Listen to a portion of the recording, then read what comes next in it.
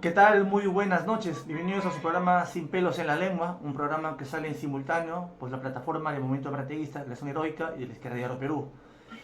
¿Qué tal, Víctor? Buenas noches. ¿Cómo estás? ¿Me escuchas? ¿Qué tal, Ricardo? Buenas noches y a todos los que nos ven y nos siguen en las plataformas de la Izquierda Diario Perú y el movimiento José Carlos Mariátegui. Un fuerte saludo.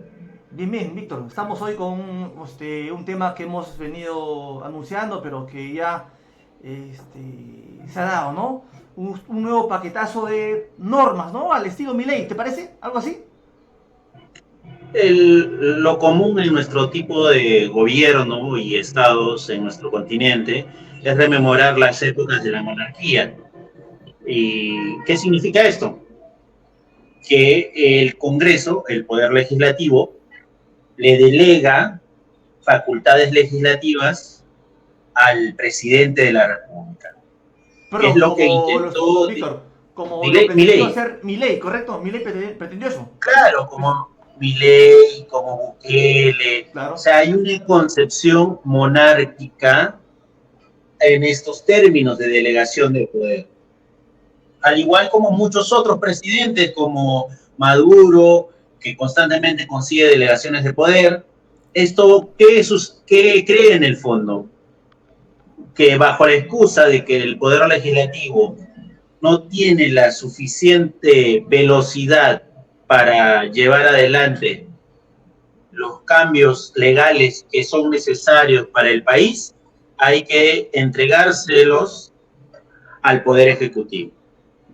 Y el Poder Ejecutivo, con esta delegación de poderes, puede llevar adelante sus políticas, sus propuestas de gobierno, programas sociales y otros. En este caso, Ahora, Ricardo, que pero estamos ¿por qué hablando, ahora, no? ¿Por qué pide facultades? Porque hay un paquete de normas, ¿no? O sea, usualmente no es el estilo, ¿no? O sea, hay momentos de ascenso y descenso en la lucha de clases en las cuales cuando hay un movimiento social que está en repliegue, las oligarquías, la burguesía, en este caso el Congreso y como tú has terminado la presidencia de la República, pasan a la ofensiva, ¿no? Y pretenden pisar el acelerador. ¿qué Eso sucede? pasa. Primero, Ricardo, hay que recordar que los representantes en el Congreso tienen una lógica tradicional de la política. ¿Y qué quiero decir con esto? Pese a que se ufanen muchos de ellos de ser marxistas, otros socialdemócratas y no sé qué Pero esa tantas izquierda verduras, es minoría, ¿no? Es minoría, ¿no? pero es un papel, juega un Ya, papel ya, pero correcto, importante en el correcto. Congreso y en los movimientos sociales tiene la política de decir, vayamos a solucionar esto por la vía legislativa. Claro, claro, Y entonces no desmoviliza a la gente. claro. Oye, hay Y problema, no te preocupes, presenta un proyecto de ley. No, no, un proyecto de ley. Proyecto de ley para la constitución, proyecto de ley para que haya más trabajo, proyecto de ley para fundarte claro, agua, proyecto de ley. ¿Sí? la lógica del proyecto de ley. Y entonces para lograr la victoria del proyecto de ley hay que sentarse con todo. Claro. Ahí no hay que taparse la nariz, ir a sentarse con el fujimorismo, hay que ir a sentar, o sea, en el fondo el valor de la negociación política termina siendo una moneda de transacción para conseguir supuestamente algunas ventajas. Y obvia que muchas de las victorias de los derechos que hoy en día tienen los trabajadores, los pueblos indígenas, los campesinos, los pescadores, entre otros, no parten por una negociación en el Parlamento, de una ley investida o con vestimenta de que pueda solucionar toda la realidad. Claro, No. porque cuando surgió el movimiento social hace poco más de un año, no pedía un proyecto de ley. No es cierto. Exacto. No. Pero Ricardo, recordemos que durante las movilizaciones cumplió un papel muy importante muchos de estos congresistas que decían que había que presionar Claro, desde el Parlamento claro. para que Dina Boluarte caiga, que haya una mesa de transición y se establezca un Es Congreso de que hay transición. una perspectiva de un sector, bueno, gran sector, todos los parlamentarios, ¿no? De derecha, inclusive quienes se llaman de izquierda, a que esto se soluciona vía el Parlamento. Ya, todos Exacto. consideran eso. Y rememoraban las épocas de Valentín Paniagua. Sí, sí, ¿no? El hecho real, el hecho concreto, y podemos Ahora, caer en ahora, muchas ¿cuál es el versiones efecto de cómo de... sucedió. Víctor, perdón, te interrumpí, pero creo que es necesario. ¿Cuál es el efecto de llevarlo esto a una cuestión parlamentaria? Porque todo sucede, ¿no? Inclusive se van a abrir las elecciones, perdón, ya vienen las elecciones y todo va a ser un proyecto de ley para más hospital, proyecto de ley para tal. ¿Cuál es el trasfondo? O sea, ¿se desvía la lucha o no es así? Exacto, la lucha se desinfla y en la perspectiva la lucha fracasa. Claro. Hagamos un proyecto de ley para cambiar la constitución. Entonces, al fracasar las luchas, Ya. exacto, las luchas fracasan y al fracasar las luchas se da el paso a que pueda venir una arremetida como esta. ¿Y qué estamos hablando ahora, Ricardo? Estamos hablando de 50 normas que emitió el Poder Ejecutivo entre el mes de septiembre y el mes de diciembre del año pasado. Hace unos días veíamos movilizados a los dirigentes de la minería artesanal y la pequeña minería. Sí, sí. Eran una gran cantidad de personas que estaban desde el campo de Marte hasta el Parlamento, Correcto. hasta hacia el Congreso. Entonces, ¿esta gente se moviliza de loca o porque hay alguna razón concreta de lo que está sucediendo? Porque hay una arremetida contra su sector, ¿no? Exacto. Contra su derecho, contra su sector. Dentro de ese paquete de medidas está una serie de decretos legislativos que abren el escenario a que la gran minería pueda recuperar espacios que han sido posesionados y puestos en valor por estos pequeños mineros y mineros artesanales. Un ejemplo claro es lo que sucedió en Calpa, donde ex trabajadores de esta mina, que una vez abandonada la mina, la pusieron a trabajar. Y esto llevó a que la empresa minera tenga un conflicto hasta lo que se dice en este momento con arma en mano contra los ex trabajadores o pequeños mineros y mineros artesanales. Claro, ahora Víctor. De la misma sucede, lo mismo sucede en zonas como Patás, ¿no? Sí, sí, hay una arremetida, ¿no? Y también lo estamos sintiendo cuando salió hace unos días Otárola a manifestar de que el gobierno, DINA, el Consejo de Ministros ha mandado una propuesta ya aprobada para sacar a los maestros que cuestionen el orden y la constitución del 93. O sea, esa constitución neoliberal, aquel docente que la cuestiona, que va contra los valores, va a ser destituido. O sea, hay una arremetida total. O sea, el si fuéramos tema principal maestros, es, por ejemplo, Ricardo, estaríamos en un colegio, para mí, nos votarían. Porque yo, exacto, te van a votar. Te van a votar, ¿por qué? Porque estás en contra de la Constitución. Claro. O sea, y estás en contra de una Constitución del Estado, del gobierno. que se dio a partir de un autogolpe. O sea, una Constitución que desconoció el orden constituyente del año 78-79, que les crea malestar. ¿Por qué? Porque hubieron voces discordantes con lo que venía sucediendo dentro del gobierno militar de Morales Bermúdez, donde recordemos que participaron muchos de estos sectores de la izquierda que hoy fungen como asesores de las principales bancadas, ¿no? Trabajaron como directivos del Diario del Comercio, trabajaron en algunos espacios del Ministerio del Comercio y reflejaban evidentemente que había que aplicar una serie de paquetes para evitar que la clase trabajadora tenga la fuerza que tuvo durante esos años. Ya de la década del 80, evidentemente marca otro escenario político donde estas fuerzas que gobernaron con Morales Bermúdez, como siempre, terminaron traicionando a la mayoría de los trabajadores y campesinos que se movilizaban en grandes cantidades en nuestro país y llenaban las principales avenidas con consignas como, por ejemplo, Asamblea Constituyente Libre y Soberana, ¿no? Entonces, ese temor, ese resquemor que tiene, se empieza a cohesionar para poder establecer estas leyes. Claro. No por nada, este tipo el primer ministro es uno de los principales discípulos de uno de los dirigentes del Partido Socialista Revolucionario, ¿no? Ellos piensan de esta forma, Ricardo, y hay que tenerlo claro, que esa supuesta izquierda que se llama institucional, democrática, en el fondo siempre ha gobernado con el orden constituido, ¿no? Sí, sí, correcto, ¿no? Que a veces hay que dar un debate mayor, ¿no? Pero no sé si nos dé el tiempo, pero sí hay que dar un debate mayor en torno El, pues a que qué tipo de izquierda existe, qué tipo de izquierda queremos ser y hacia dónde vamos. Porque no todos somos ahora, iguales, Ricardo, ¿no? estamos en un escenario donde se han aplicado o se están aplicando una serie de normas que se dan a partir de ese retroceso de la movilización. Claro. Septiembre a diciembre, como te Que era decía, se algo vinieron a... natural, ¿no? Cuando una lucha por A o B no llega a triunfar, hay un descenso. Y el Pero hay que... lado del gobierno pasa a la ofensiva, es un proceso natural, ¿no? O sea, Ahora, el gobierno fue a la ofensiva. correcto, correcto. Se fue a la ofensiva contra sectores que se movilizaron en contra de ellos, Inclusive como llegando a los matar, o sea, mineros de Chala, ha matado, ¿no? Pues, claro. claro, Con total contra impunidad, los no pasa mineros de nada. Chala, Sí, sí. pescadores. Ujú. Hoy en Hilo en las mañanas, se movilizaban pescadores de la ciudad de Hilo en contra de las medidas que viene tomando el gobierno.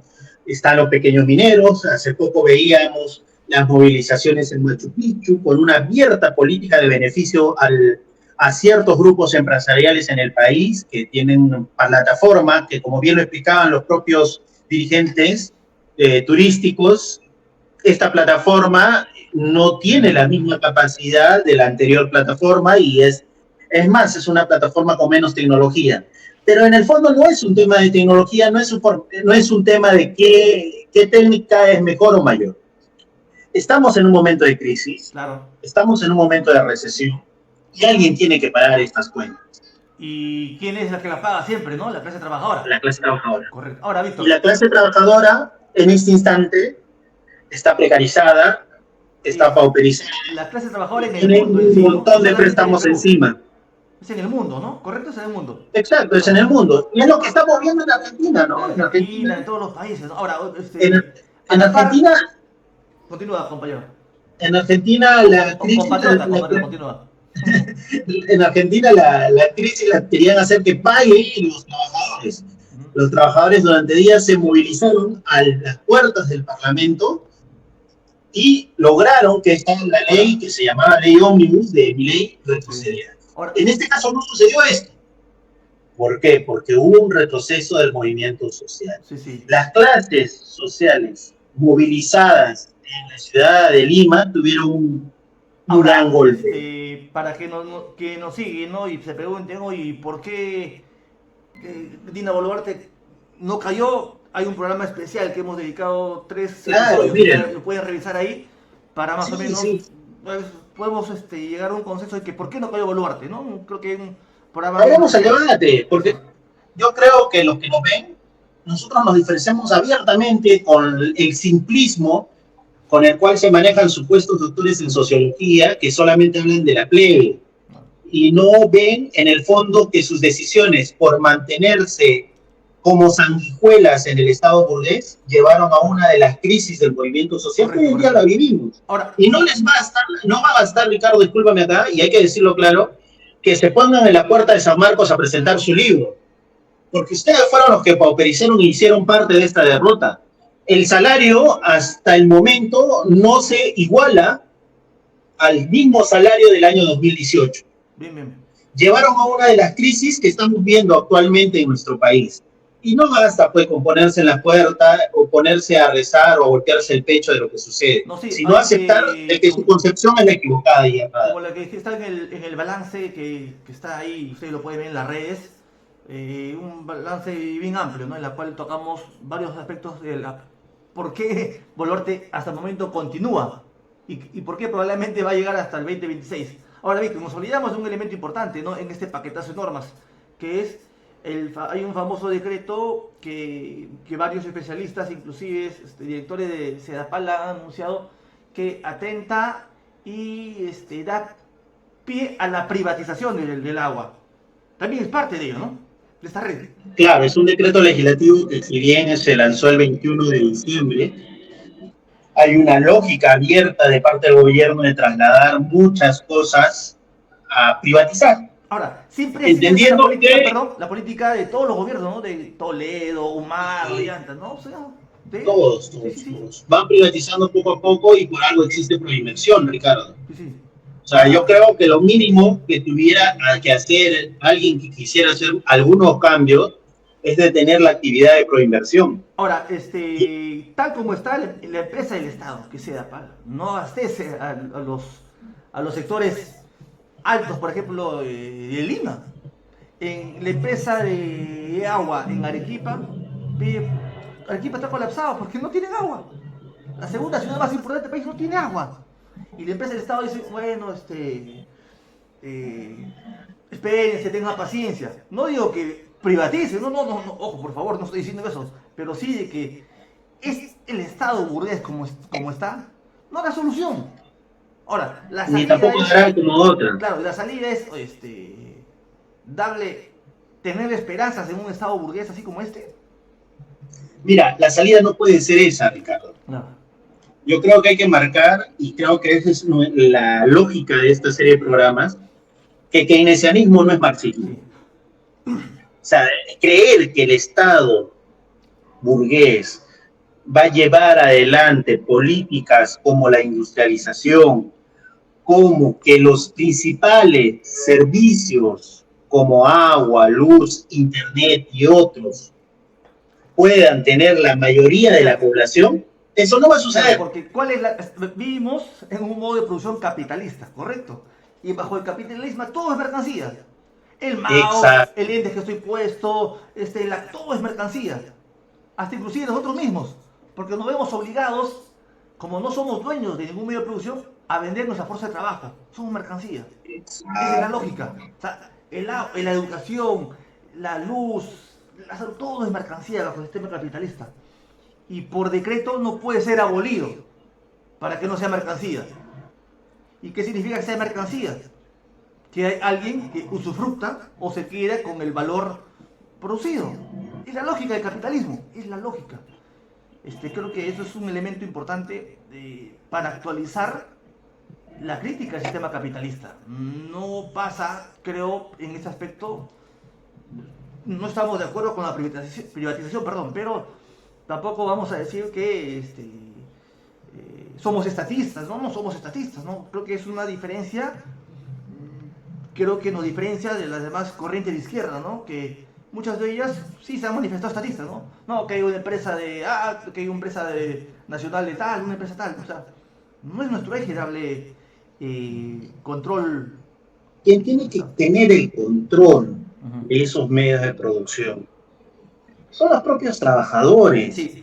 los Dice Víctor, investigadores, los científicos de verdad, no como Montoya, el profesor de la UNI, no, ese tipo de personas no, científicos de verdad que conozcan el tema del agua, que en conjunto con la clase trabajadora puedan dirigir de mejor forma las condiciones de una empresa de este tipo. Yo te he puesto que mucha gente que está en la empresa tiene mucha más capacidad de dirección que tantos otros afamados administradores de la gestión pública que están ahí manejando burocráticamente el SEDAPAC. Víctor, ¿Por qué? hice unas pequeñas láminas, sí, Dale, dale. tres láminas para más o menos enmarcar, Un ¿no? poco, Una un poco para crítica desde el aspecto, colocar eso, ¿no? sí, ¿no? Una crítica, a ver, no sé si creo que estamos acá, ¿no? Bueno, es a ver, vamos a analizar un poco el carácter de mercancía, ¿no? Que hemos caracterizado y que hemos dicho que son todo, que es casi todo en el sistema capitalista, ¿no? El lentes, tu celular, la comida, el pan, el trigo, el queso, el caño, todo es mercancía, casi todo, ¿no? Entonces, bueno, eso es lo que queremos hacer en esta lámina, ¿no? En esta lámina vemos en forma esquemática un sector, en este caso el textil, ¿no? Pero también pudimos haber colocado cualquier otro sector, ¿no? Manufactura, comida, servicio, educación, salud, ¿no? ¿Y cuál es la característica en este esquema? Que hay un producto final, en este caso es una camiseta, pero a la cual ya Marx llama mercancía, pero que es elaborada a partir de otras mercancías, ¿no?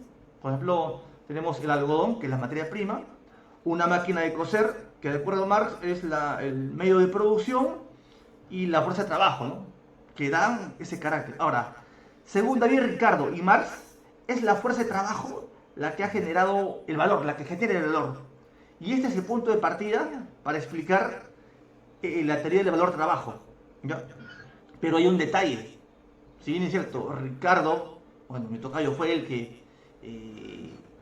surgió, fue pues el que empezó con esta cuestión de la teoría del valor-trabajo, no pudo explicar de dónde viene el capital, la ganancia, no puede explicar. Entonces, es Marx, apoyado en la lógica de Hegel, que llega a la conclusión de que hay un trabajo no remunerado al trabajador y que se apropia el capitalista. Eso le llamó plusvalía o plus trabajo. Vamos a ir a la siguiente lámina. Correcto. En esta lámina vemos algo. Vamos, si se ve. Oh, sí. Sí, correcto, se ve. En esta lámina vemos algo muy similar, ¿no? Por ejemplo, una bicicleta que en el mercado oscila entre los 600 soles una bicicleta, ¿correcto? Para lo cual se ha requerido insumos o una materia prima, ¿no? Que son un valor de 200 soles en el mercado. La pregunta es, de estos 600 soles, que es el valor de la bicicleta, se le hace la diferencia, el valor de la materia prima, el salario del obrero, ¿será 400 soles, Víctor? ¿Crees tú que él trabaja por bicicleta? Al trabajador se le paguen 400 soles cuando el valor sea 600? Eso no sucede. No, no se le paga. Eso no sucede. Entonces, ¿cuánto se le paga? Se le paga mucho menos por bicicleta. Es decir, hay Ojo, Ricardo, un paréntesis acá. Sí. Y hay generalmente esta gente que está en TikTok siguiendo a los liberales suelen tocar esta parte y hacer ver de forma caricaturesca la explicación de Marx. Este es un modelo simplista, al igual que existen los modelos con los cuales juegan los neoclásicos. De la misma forma, Marx, estudiando la gran cantidad de anuarios estadísticos en la biblioteca de Inglaterra, en Londres, tengo entendido, empezó a desarrollar estos modelos básicos. Son modelos básicos. O sea, no, a partir de esto no es que es todo la arquitectura marxista. No. La arquitectura marxista se va a ir complejizando más adelante. Sí. Por eso recuerdo ahora que siempre hay que marcarlo, Ricardo, porque había un personaje, no sé si te acuerdas, que alguna vez nos recibió en una oficina con un pedazo de pan y que era profesor del Capital en Católica, que ya está descansando en paz. Un viejo amigo, sí, acaba de definir hace unos cuantos años. Él se jactaba de conocer solamente este modelo, y con este modelo ya se renombraba él como marxista. Sí, era un... Bueno, entonces, explicar esto, es un modelo básico. Sí, no es un modelo básico, pero nos ayuda a... Importante. Es la base angular sobre la cual se erige un edificio llamado Teoría del Valor del Trabajo. Correcto. De esta manera se analizó, y Marx empieza a analizar el circuito del capital, que está abajo, ¿no? Dinero, mercancía. Los capitalistas parten de dinero, compran mercancías y las cambian por dinero. Ese circuito de capital, y se va a hacer de forma ininterrumpida, siempre y cuando el dinero, hay una ganancia. Mientras haya ganancia, ese circuito de capital se va a extinguir y va a dar. Ahora, ¿qué pasa cuando la ganancia empieza a disminuir o no hay ganancia?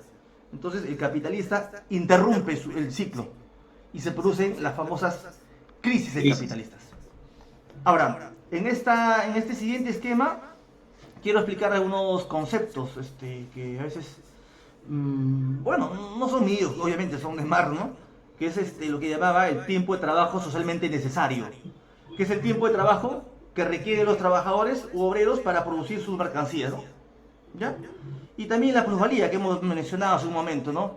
Que es el trabajo adicional que le es arrebatado, porque es la palabra, es arrebatado al trabajador por parte del capitalista. ¿Ya? No es que, a ver, haya como tal, Marx nunca lo llamó un saqueo, robo, pillaje, ¿no? Sino que es bajo el actual modo de producción, el excedente que sigue el capitalista es vía el salario. Es como describe Marx el sistema capitalista, ¿no? Ya. Y da por sentado él que el trabajo es social. Y eso no se discute, el trabajo es social. Y en toda su obra está así, ¿correcto? Y bajo el actual modo de producción, nosotros no somos dueños de ningún medio de producción. Y nos vemos obligados, como dije en un momento, a ir al mercado, vender nuestra fuerza de trabajo por un salario. ¿Ya? Ahora, el siguiente esquema se está considerando 8 horas. Sin embargo, sabemos de que no se elabora 8 horas, se elabora mucho más. ¿Ya? De esas 8 horas, en 5 el trabajador, un esquema, ¿no? El 5 realiza el trabajo necesario para la producción de una mercancía. Y el tiempo y las 3 horas restantes es lo que el capitalista se apropia, ¿no? 3 horas. Algunos dirán, oh Ricardo, ¿y por qué pones 5 y 3? ¿Por qué no pones 4 y 4? Obviamente puedo poner 4 y 4, puedo poner 7 y 1, 7.5, 0.5, 3 y 5. Pero siempre existirá un trabajo excedente, que el capitalista se quedará con el trabajo excedente. Ese es el plusvalor o la ganancia, que no puedo explicar David Ricardo, no lo puedo explicar. Pero sí, pues Marco puede explicar esto. Vamos a ver, ya. Ahora, se ve esta lámina, vamos a ver si se ve, si estamos, si se, estamos, bajo en esta lámina, Mar definió, bueno, hay una, está en línea, en la parte inferior, una expresión que llamó la tasa de plusvalía, que algebraicamente es igual a la plusvalía entre capital variable. Ya hemos dicho qué es la plusvalía, y capital variable Marx definió al salario que se le paga al trabajador, ¿no? O lo que es eso es en unidades monetarias. El resultado es un porcentaje. O si comparamos en horas de trabajo, es al tiempo adicional dividido entre el tiempo necesario. A ver, en el esquema, ahí tenemos en esta lámina dos esquemas. En la parte superior, considerando un trabajo, una jornada laboral de 8 horas, ¿ya? Lo estamos considerando, ¿ya? Ahora, estamos manifestando de que hay el tiempo necesario para la producción de una mercancía es de 5 horas, ¿ya? Entonces, de las 8 horas, la diferencia son 3 horas. Correcto. Según Marx, y en la fórmula, la tasa de plusvalía sería igual al tiempo adicional entre el tiempo necesario. El tiempo adicional, en el caso superior, es 3. Y el tiempo necesario es 5. 3 entre 5 es 0,6. Sería igual al 60%, que es la tasa de plusvalía, correcto. Ahora, ¿qué pasa, Víctor? Cuando muchas veces seguro te ha pasado a ti, ¿no? Oye, te dice, oye, Víctor, ¿sabes qué? Que quédate una hora más, pues, necesitamos que te quedes, apóyanos, ¿no? O media hora más. Ya, vete una hora, ¿no? Tú eres buen muchacho, eres buen chico, ¿no? Y así. Inclusive en tiempos de la pandemia, ¿sí o no? Hay que apoyar a la empresa, ¿no? Y nos hacíamos quedar una hora más, pongamos. Entonces, en la expresión, el tiempo, la tasa de plusvalía, número 2 sería igual al tiempo adicional. En este caso, ya se ha adicionado una hora más. O sea, sería 3 más 1, 4 horas. Sobre el tiempo necesario, 5. O sea, 4 entre 5 es 80%. Es decir, a esto se le llama la plusvalía absoluta, que se produce cuando se aumenta la jornada laboral. En países todavía subdesarrollados, esto existe como el Perú. ¿Sí? Que ahí a veces se nos hace quedar, ¿no? Que una hora más, a veces 2 horas, y esto a favor de quién cuenta, del capitalista o del empresario. No importa si se llame Mamani, Quispe, Cutipa, no importa. Ellos se mueven bajo una lógica del capital. Son las leyes naturales del sistema capitalista. Esa es la parte superior, que representa a la plusvalía absoluta. En la parte inferior hay un caso distinto. ¿Qué ha pasado? A veces, producto del desarrollo tecnológico, el tiempo de trabajo se reduce. ¿No? Ha habido, por ejemplo, un desarrollo tecnológico y las empresas se ven forzadas a adquirir esa tecnología. Y hace de que el tiempo necesario se reduzca. Si antes era 5 horas, por ejemplo, para producir cualquier producto o mercancía, ahora será 4 horas. Entonces, la tasa de plusvalía será igual al tiempo adicional, el tiempo necesario.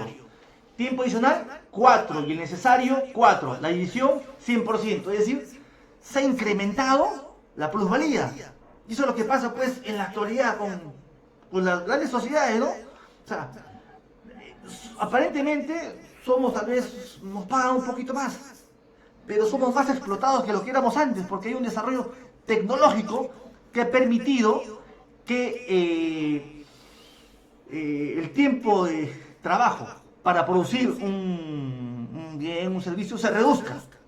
Y somos más explotados que antes. Y veíamos, ¿no? Hace unas semanas, cómo se ha producido una gran concentración del capital.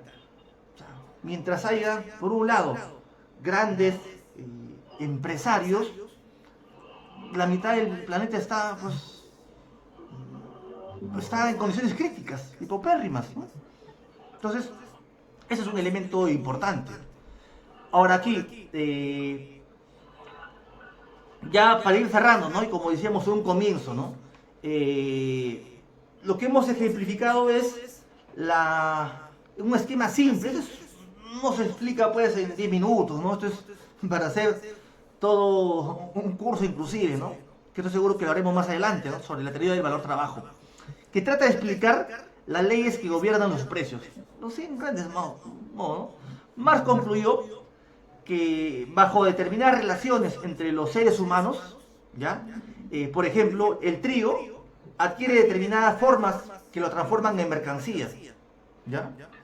Dice también Marx que el capitalismo aparece como un cúmulo de mercancías, y definió mercancías, ¿no? Que tienen dos características, ¿no? Un valor de uso y un valor de cambio. Mercancías. ¿Y por qué decía que bajo el capitalismo aparece como un cúmulo de mercancías? Porque casi todo es mercancía. Todo. O sea, todo. Nosotros mismos somos mercancías, ¿no? Entonces, asimismo, un elemento importante que diferenció la teoría del valor de Marx de la de Hegel era, bueno, perdón, de la de Ricardo era que, apoyándose en Marx, en Hegel, él dice pues de que va a la esencia y a la forma, ¿no? Por ejemplo, él plantea a Marx de que el contenido del valor trabajo es el tiempo de trabajo socialmente necesario, y la forma es el valor de cambio, ¿ya? Es decir, entonces, para que exista un tiempo de trabajo socialmente necesario, que lo que hablábamos en un comienzo, tiene que existir un valor de cambio, ¿ya? Es el aporte de Marx, basado obviamente en la lógica de Hegel, ¿no? Entonces, todo ello da pie a que plasme su obra, ¿no? Ahora, ¿qué sucede en la actualidad, Víctor? Que la relación de seres humanos está medida por cosas, ¿no? Está, como que dice, cosificada. Los seres humanos hemos generado un mundo que no dominamos. Eso decía Marx, ¿no? ¿Y qué significa eso, que hemos generado un mundo que no dominamos? A ver, nosotros fabricamos este celular, producto de la fuerza de trabajo, lo que tenemos, las computadoras, pero no somos dueños de ello. ¿Es dueño quién? El capitalista, ¿no?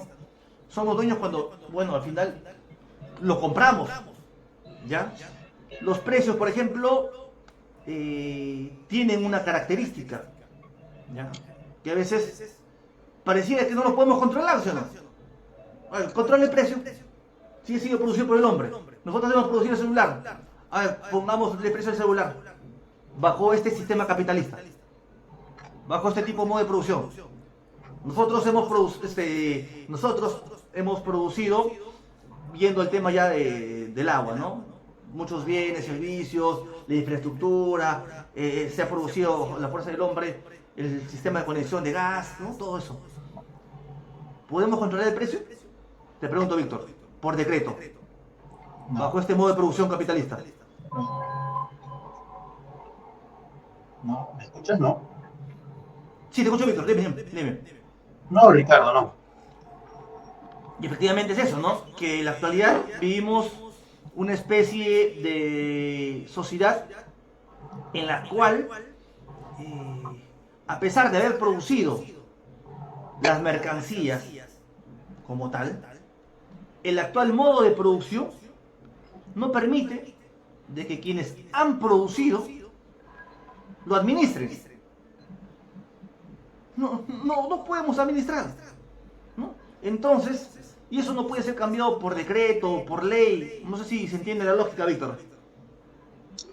Sí, Ricardo, yo creo que en cierta medida lo que tú acabas de exponer nos permite ver que muchas veces esas iniciativas, se podrían decir idealistas, utópicas, que sostiene el keynesianismo, en la práctica no son sostenibles, porque el Lo capitalismo... hacen, no digo, pues, algunos con muy buena intención. Yo tengo compañeros de izquierda muy honestos, ¿no? Que dicen, bueno, hay que dar un decreto, una Es que ley Ricardo, para que el disculpa, agua discúlpame, sea Ricardo, pública. no basta tomar, y discúlpame que te voy a cortar ahí, no basta tomarse una foto con el libro del Capital. Uh -huh.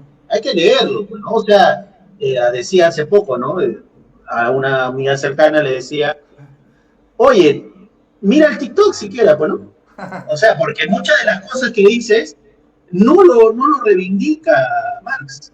Por suerte, Ricardo, creo que ya algunos están siendo más sinceros de esta tendencia, ¿no? Con Íñigo Errejón en el caso español, que hace poco lo escuchaba con su defensa ultranza de John Maynard Keynes, ¿no?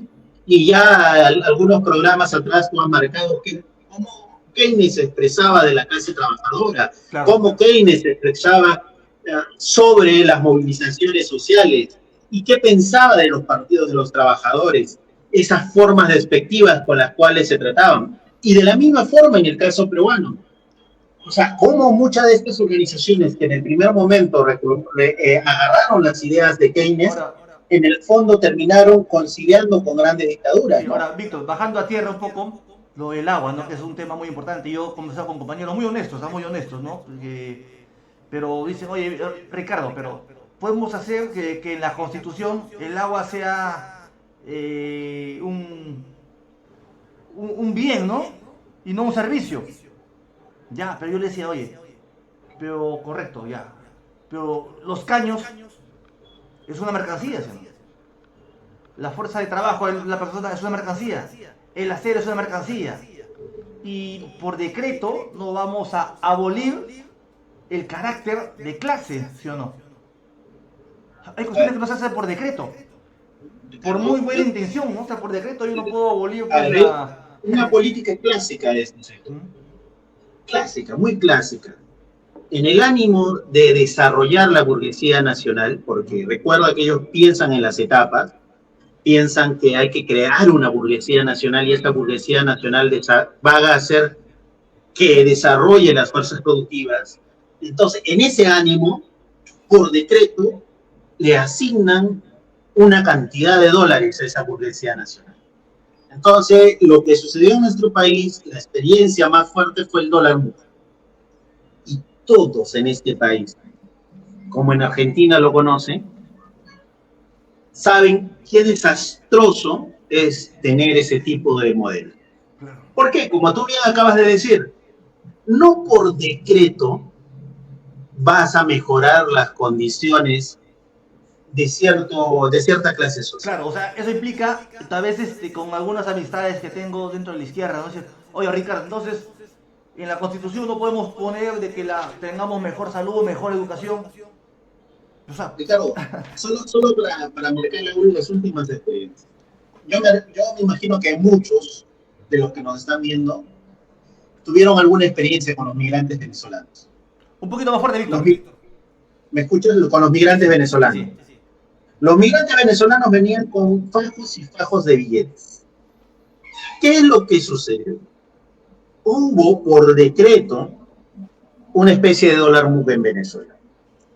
Esa burguesía que debía haber desarrollado las fuerzas productivas, en el fondo nunca las desarrolló. Y muchas de estas burguesías terminaron escapando una gran cantidad de dólares que habían conseguido a partir de la renta petrolera del Estado venezolano, a partir de la nacionalización del petróleo, PDVSA, terminaron siendo fugas de capital hacia otros lados. O sea, no porque decretes un monto vas a quitarle la condición de mercancía Claro. a los bienes y servicios. No vas a poder. Nosotros vamos al mercado y tengamos el nombre que tengamos, vamos a ir a vender fuerza de trabajo. Uh-huh. Y si para vender esta fuerza de trabajo, por ejemplo, uno que quiere ser mozo, necesitas mozo o tu permiso de salud. ¿Ah? Mozo o hermoso. Yo soy hermoso, por ejemplo. Mozo. Necesitas tu carnet de salud, necesitas una serie de requisitos que te piden, porque mientras tanto no puedes ser mozo. O hermoso. O hermosa. Entonces, el mozo, el trabajador, tiene que ir a buscar esos permisos. Ya no te la da la empresa. En ese periodo, en ese lapso, ¿qué haces? No puedes ir a ofrecer tu fuerza de trabajo. Y si vas, te dan a menores condiciones. Bien. Un salario más paupérrimo, más precarizado. ¿A dónde quiero ir eso? Muchas veces, la concepción keynesiana, que bajo la lógica de tener o no tener información, como si la información fuera el elemento principal para la toma de decisiones, hace, en el fondo, precarizar o pauperizar más la fuerza de trabajo. Porque en ese ánimo, en el caso de los países imperialistas, de sostener la producción, y en el ánimo de los países como los nuestros, desarrollar una burguesía nacional, llevan en el fondo a la mayor precarización de la fuerza de trabajo. Ahora, ¿qué quiero decir con esto? Víctor, ya para ir cerrando, ¿cuál sería la conclusión de todo esto, no? Para ir cerrando tal vez. Justamente, ¿a dónde quería llegar con esto? Cuando sostenemos que hay que nacionalizar las empresas de estrategia, que frente a esta situación de la privatización del agua, tenemos que luchar para que no se privatice, y ahí estaremos. Pero no vamos a luchar para que esta empresa siga en manos del Estado burgués. Claro. Porque mantenerlo en manos del Estado burgués es mantenerlos en una burocracia, porque es una burocracia, que por más buena o cara linda que tenga el que asuma como directivo, no va a tener la capacidad de administrar la empresa con la suficiente sapiencia como lo tienen los propios trabajadores del agua, o como lo tiene el propio científico que se dedica al tema del agua. ¿Qué es lo que está sucediendo en Arequipa? Si uno revisa lo que sucede en Arequipa, tiene que ver mucho con la burocracia estatal.